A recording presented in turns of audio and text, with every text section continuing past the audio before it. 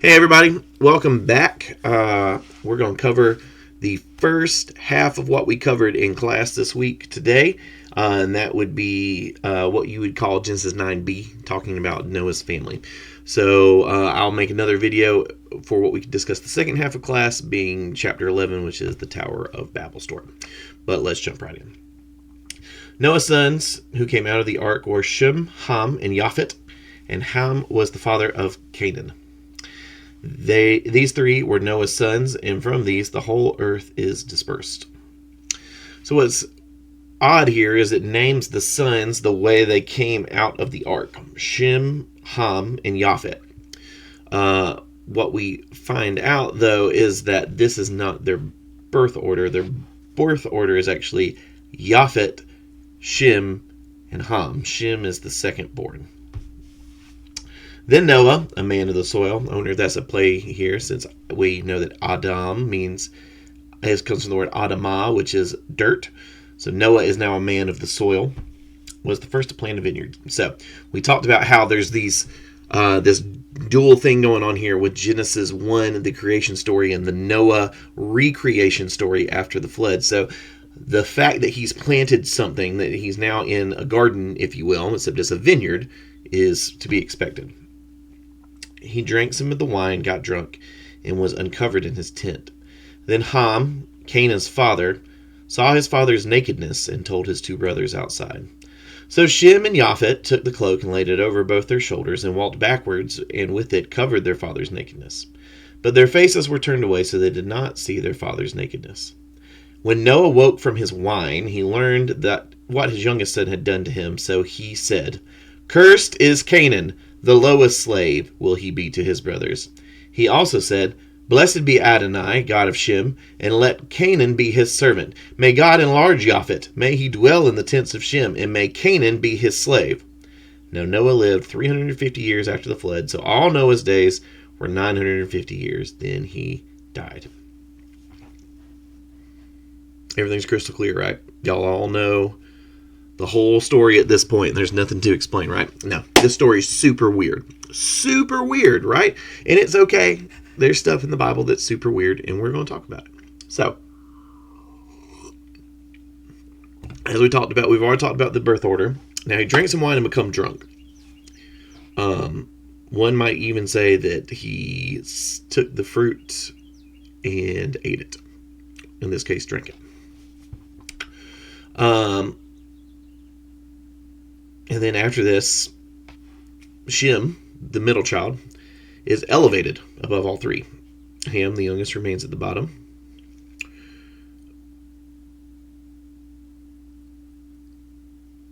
But what's going on here? Well, we do have something that we haven't ran into before that we're going to talk about, and that is called the principle of first mention. What this says is, and this isn't always true, but one of the most commonly asked Jewish hermeneutical principles is, where does this word or phrase show up first?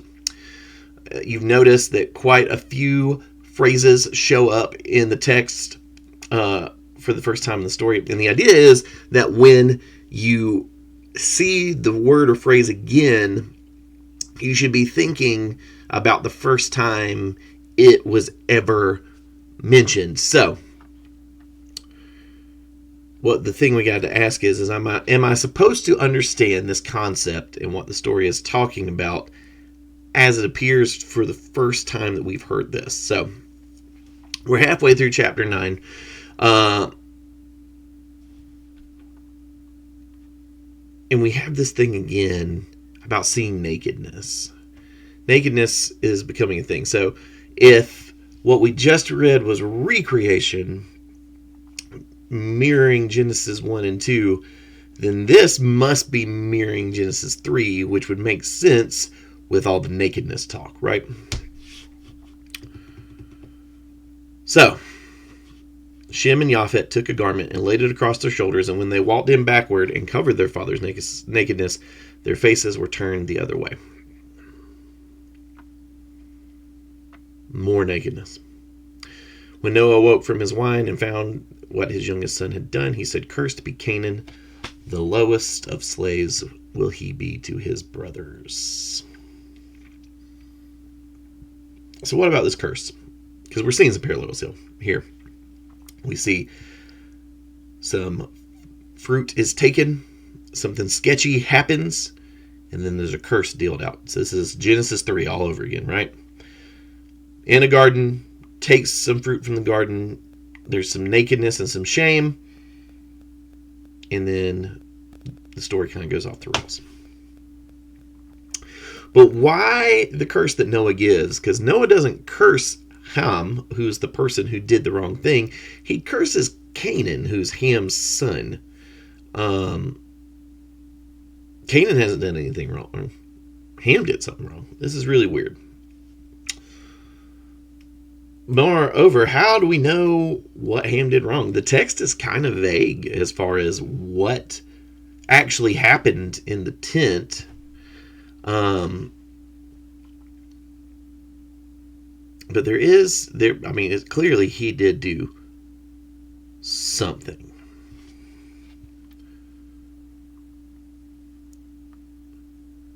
So, what are our options here? Well, that phrase looked on his father's nakedness. Let's camp out there for a minute.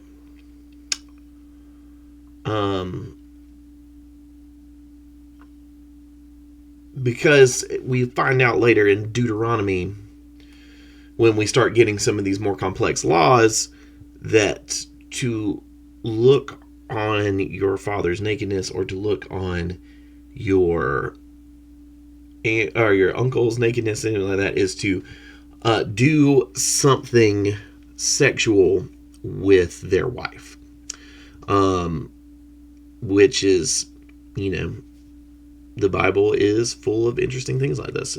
I guess, it's not like it's something that we've never seen in the text of Scripture. Thing about Absalom, when he is going to usurp King David's throne, he sets up a tent on top of the palace, and it says that he basically runs through all of David's concubines in the sight of everyone, so that everyone knows Absalom's in charge now. It's a power grab, is what that is. There could be other options. It could be that Ham did something to Noah physically when he went in there. The point is, something sketchy is going on, and it is 100% a power grab. Okay? So, now it's time to introduce something called the Midrash. If you've watched my Gospel of John videos, I'm pretty sure I mentioned it there. But the Midrash is basically ancient Jewish Bible commentary. Now, let me double down here. It is not the Bible, so we don't read it as if it is the Bible. The Bible is the ultimate source of truth. It is inspired. It is human and divine. The Midrash is not. It's basically notes on the Bible from really smart, really soaked in the Scriptures Bible nerds, okay? What the Midrash is going to teach here is, if we're drawing all these parallels, what is that thing that is sticking out in Genesis 1, 2, and 3 that made no sense? Because if it made no sense back there, but we know that it's paralleling this story now, maybe it'll make sense over here, right? Now, we talked about the phrase to look upon the nakedness and the things that it meant.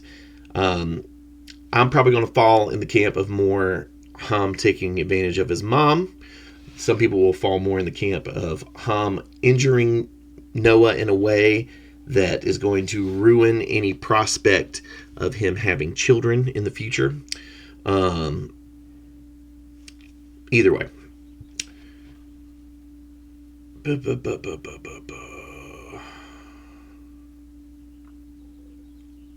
me get back to where I was. Okay. Now, in the story of Adam and Eve, if you remember when we were going through Genesis 2 and 3, there is this really weird portion about these rivers. Do you remember this? The Havilah, the Pishon, the Euphrates, and one other that I can't remember without looking at my notes. But when we talk about rivers in the Bible, we talk about family trees. You think of you have the tree and you have the branches. That is also something in Jewish culture, but you could also refer to it as a river with tributaries, okay? So, we had this weird little section about 4 rivers. And the first river given, let's just flip back there and read it. Shall we? Let's do it.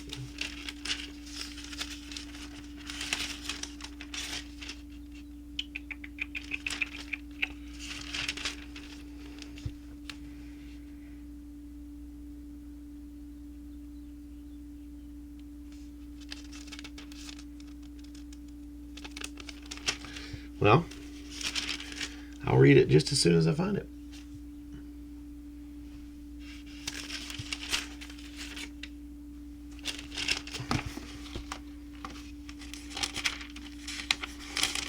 This is real riveting YouTubing right here. Y'all watching me look for the scripture, right?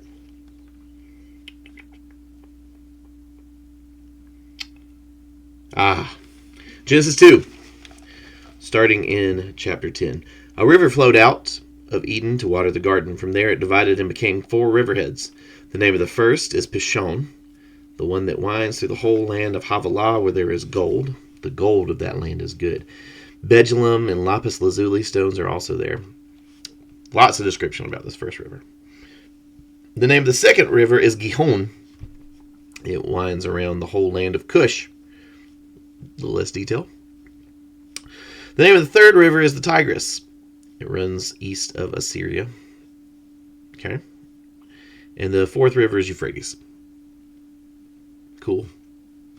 Now, they get from the most detailed to the least detailed. We have these 4 rivers that we did not know what to do with when we first found them in Genesis 2. So, why am I even bringing this up? Well, what commands did God give Noah after he stepped off the ark? What he said to him is, but as for you, and this is chapter 9, verse 7, be fruitful and multiply, flourish in the land and multiply it. So how many sons did Noah have on the ark? He had 3. He steps off the ark. God says, be fruitful and multiply. He still has 3 sons. So would the assumption be that Noah needs to continue being fruitful and multiplying?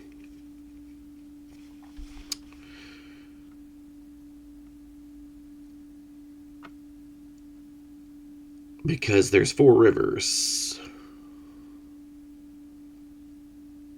3 sons. So one might make the conclusion that since there's a story about this 4 rivers that is supposed to parallel with what's happening over here, that maybe Noah is meant to have a 4th son. This is all conjecture. Let me be very clear right here.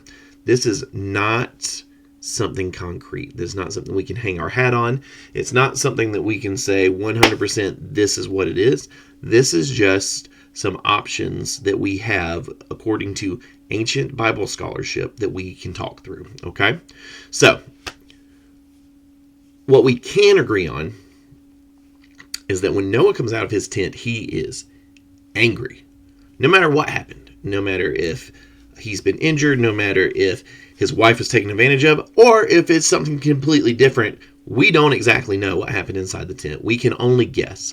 But whatever happened, Noah is angry. Noah is angry at Ham. And he comes out and he curses Ham. And if you notice the curse that he uses, it sounds a lot like the curses that are dealt out at the end, or the consequences dealt out at the end of Genesis 3.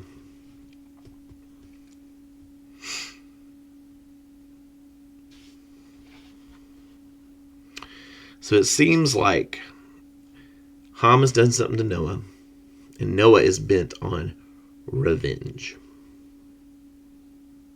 You did this to me, so I'm going to curse you, not only you, but your line.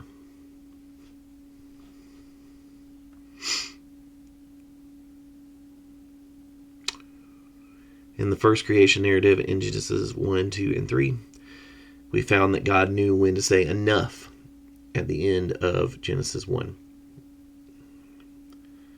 But then at the end of Genesis 3, we see that Adam and Eve do not know yet how to say enough. Now in the flood, we see once again, God knows when to say enough with decreation and then starts recreation. And now here's Noah, who's been wronged in some way, but who is taking what happened to him to an extreme level with not just his son, his grandson. He's not trusting the story. It's interesting that the curse Noah uses here is so similar to the consequences dealt out in Genesis 3, because he's the only human being in Scripture to use this curse other than Adonai.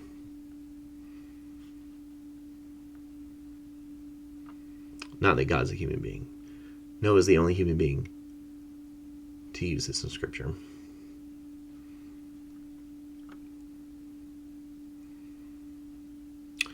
Noah seems like is trying to sit in Adonai's seat right here,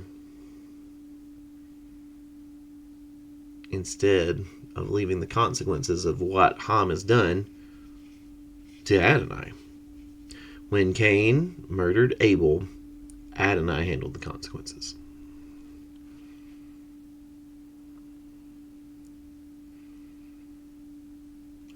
And not only does Noah's desire for revenge have him throwing this curse at Ham, he doesn't even throw it at Ham. He throws it on Canaan, who had nothing to do with it. And this is going to have eternal consequences.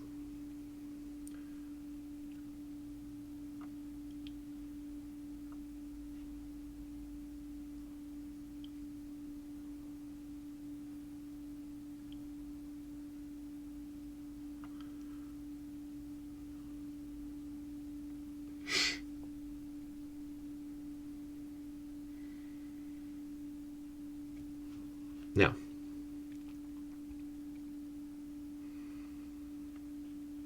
this is why forgiveness is so important. Because what we see here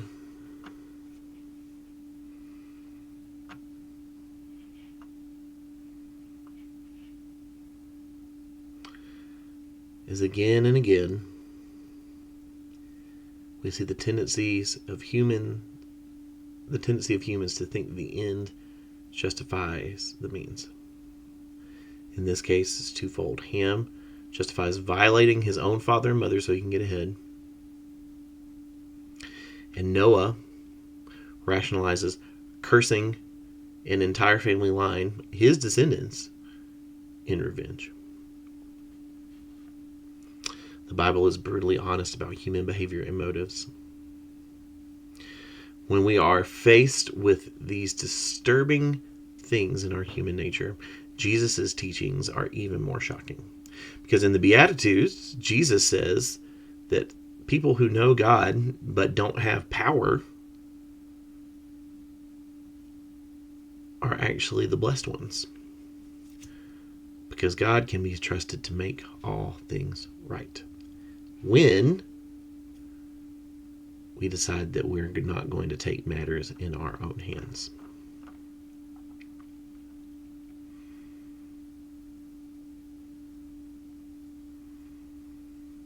Forgiveness is so important to put in the world back together because it's the greatest form of trust. When you forgive, you're trusting that God is in charge of the world. And it's really mimicking the flood story.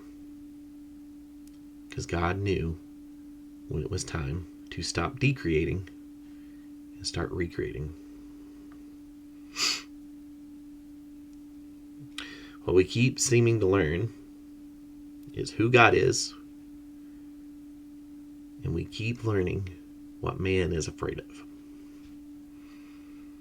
And mankind is going to have a very hard time in these opening chapters of the story, especially about knowing when to say enough. And yet it seems like God just keeps saying over and over again to just trust the story, to trust that he's good, to trust that he's gracious, to trust that he's merciful. To not lash out of fear or shame or insecurity. Because at the end of the day, this is all seems to be pent up in shame. Whether he's supposed to have more kids or whether he's just ashamed that his son caught him in something embarrassing. He's full of shame. He's full of insecurity. And what is he going to do? Is he going to take it out on his kid and his grandkid? Or is he going to know when to say enough and help the world continue down a redemptive path? Unfortunately, Noah blew it. But be encouraged, because Adonai always has a backup plan.